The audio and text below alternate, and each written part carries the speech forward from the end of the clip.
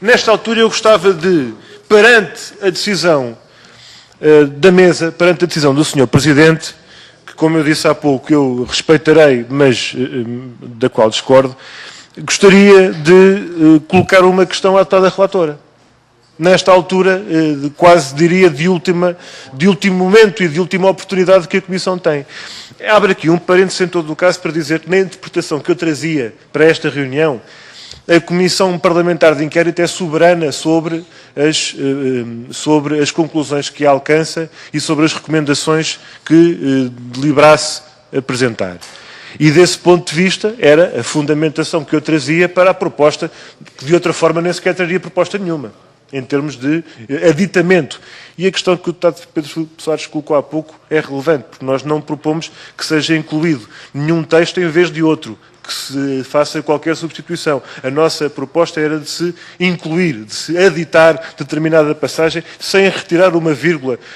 àquilo que está contido no projeto apresentado pela deputada relatora, independentemente de haver discordâncias ou aspectos nos quais nos afastamos. Mas mantendo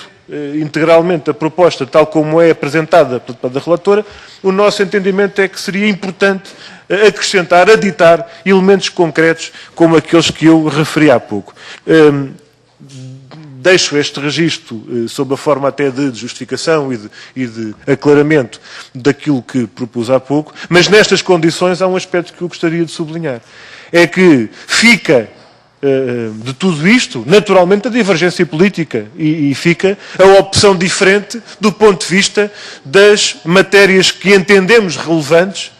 E aproveitando este último momento de discussão em torno da proposta de relatório, fica da nossa parte o registro, em termos de divergência política, quanto a não se incluir no relatório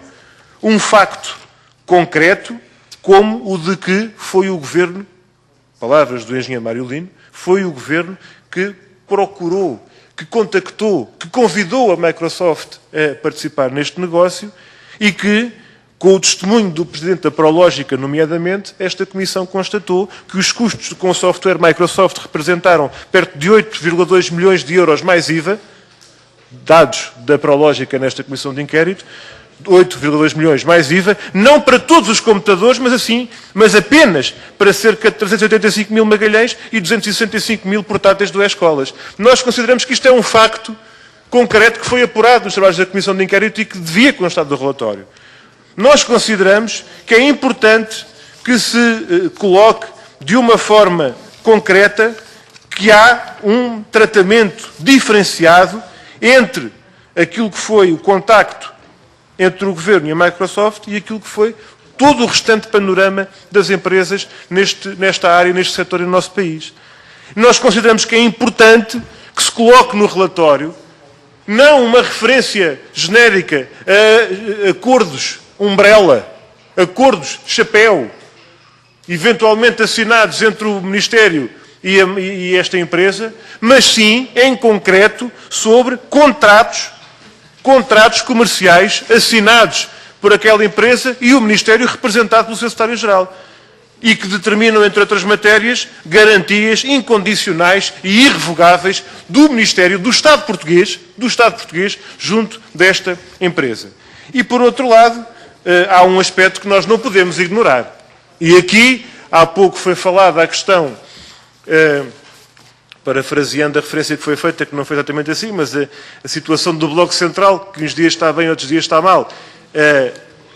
O professor Eduardo Cardadeiro, presidente do Grupo de Trabalho MTS e administrador da ANACOM, respondendo à questão que nós colocámos, disse, e passo a citar, naturalmente que é um contrato imperfeito, referindo-se ao contrato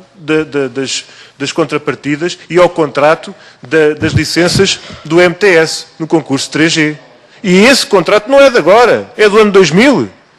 E quando se diz que é um contrato imperfeito e que se não fosse as coisas seriam muito mais simples e que foi essa indefinição toda, diz o professor Cardadeiro, que me pareceu quando olhámos para as obrigações que existiam, que levou a que se tentasse clarificar isto. Se calhar pode-se chamar isto, porque há compromissos que não se percebia exatamente o que eram. Portanto, a falta de clareza na negociação que o Estado faz com empresas deste setor, logo a priori, quando está a lançar um concurso com a dimensão e a importância e o peso económico que tem o lançamento de licenças para telemóveis de terceira geração, é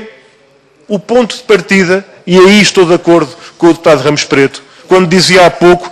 que é onde nasce todo este processo, é de facto no concurso do MTS, a emissão de licenças para a terceira geração de telemóveis. É nesta altura que começa a história que estamos aqui a tratar. E em relação a isto nós apresentamos propostas que se incluíssem declarações, entre aspas, citações factuais, não de quem quer que fosse ligado à empresa A, B ou C, mas da ANACOM, do professor Cardadeiro. E nesse sentido, isto é importante que seja colocado. Conforme é importante, na nossa opinião, que seja colocada a conclusão dos factos que eu atrás demonstrei, que é que houve, de facto,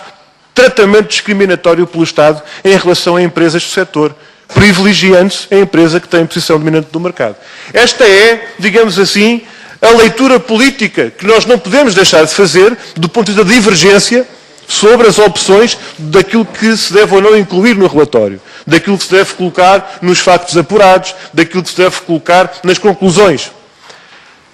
Aquilo que eu deixo, não propriamente, ou já não esperando tanto em relação a isto, mas centrando-me especificamente na questão das recomendações a apresentar, e eu aqui, Sr. Presidente, eu penso que é o aspecto em que, de uma forma mais concreta, se pode refletir sobre o facto das recomendações, especialmente as recomendações, serem da Comissão e não serem do relator. As recomendações conforme programa de ação política, como proposta de intervenção para resolver o problema, desse ponto de vista, consideramos que é importante, e este apelo é especialmente destinado à deputada relatora, que possa ser integrado, pelo menos nas recomendações, este ponto que nós apresentamos e que propusemos, que, ao fim e ao cabo, vem ao encontro de posicionamentos e de propostas que temos definido há muitos anos, mas que até mais recentemente tiveram o acordo e o acolhimento e a defesa nesta Assembleia por parte até do PSD, sobre a incorporação e a inclusão de tecnologias abertas e software open source em relação a iniciativas deste tipo. Consideramos, e deixava este apelo mais sublinhado, que particularmente em relação a esta recomendação que nós propomos, que se faça que se abra a possibilidade de se enriquecer o trabalho desta Comissão de Inquérito com uma resposta consequente e com uma medida concreta que pensamos que será um contributo importante para a defesa do interesse público, para a liberdade de opção das organizações e dos cidadãos e, desse ponto de vista, para uma situação bastante diferente, para melhor, daquela que o país tem hoje. Muito obrigado, Sr. Presidente.